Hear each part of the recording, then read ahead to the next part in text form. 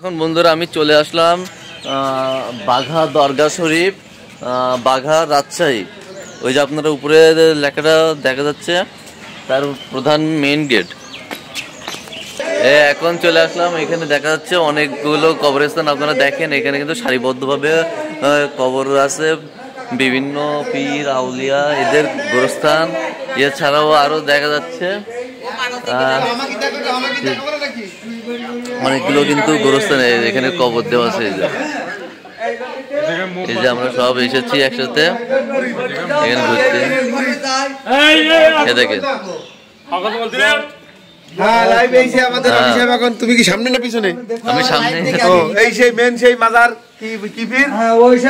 আমি শাহ আব্দুল হামিদ। শাহ আব্দুল হামিদ বড় পীর, সেই পীর, বড় পীর সেই পীর, সেই পীর।